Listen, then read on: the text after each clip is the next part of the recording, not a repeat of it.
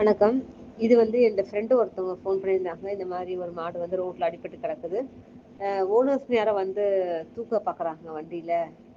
அவங்களுடைய அவங்க ஃபோட்டோஸ்லாம் அனுப்பிச்சாங்க. பார்த்தா கொஞ்சம் பயமா இருக்க மாதிரி இருந்தது. ஏன்னா வெற்ற ஆட்கள் மாதிரி இருந்தாங்க. போலீஸ் கம்ப்ளைண்ட் கொடுப்போம் சொன்னேன்.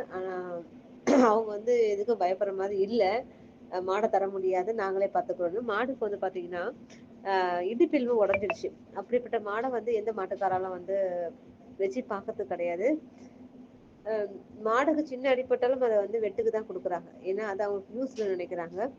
அப்படிப்பட்ட ஒரு மாடை வந்து இவங்க எப்படி ட்ரீட் பண்ணுவாங்கன்றது டவுட்டா இருந்தது. நான் இமிடியேட்டா அவங்க சங்கத்துக்கு ஃபோன் பண்ணி அவங்க தலைவர்கிட்ட பேசணும். அவர் உடனே இவங்களுக்கு பேசி மாடை கொடுக்க சொன்னாரு. ஆனா அவனுக்கு வந்து தரமாட்டேன்னு சொல்லவும் கொஞ்சம் பயமுறுத்தணும். நீங்க மாடை தரலன்னா கண்டிப்பா நாங்க வந்து கேஸ் ஃபைல் பண்ணுவோம். மாடு உங்ககிட்ட எப்படி இருக்குன்னு நாங்க பார்ப்போம், செக் பண்ணுவோன்னு. அவன் யோசிச்சுட்டு ஓகே 10,000 ருபீஸ் கொடுங்க, மாடை கொடுத்துறேன்னா சரி ஓகே அதுக்கு ஒத்துக்கிட்டோம். இவங்களை வந்து தூக்க முடியலன்றதுக்காக கிரேனை வர வச்சு தூக்கிட்டு திருவள்ளூர்ல இருக்கிற almighty animal sanctuary Sai Vignesh கிட்ட கொடுத்துருக்குறோம். இது ஒரு மிகப்பெரிய நன்றி நான் சாய் விக்னேஷ்க்கு சொல்லணும். ஏன்னா ஒவ்வொரு வாட்டியும் இந்த ரெஸ்கியூல வந்து சாய் ஹெல்ப் பண்றாங்க. அவங்க தான் அவங்க ஷெல்டர்ல இடம் கொடுக்குறாங்க.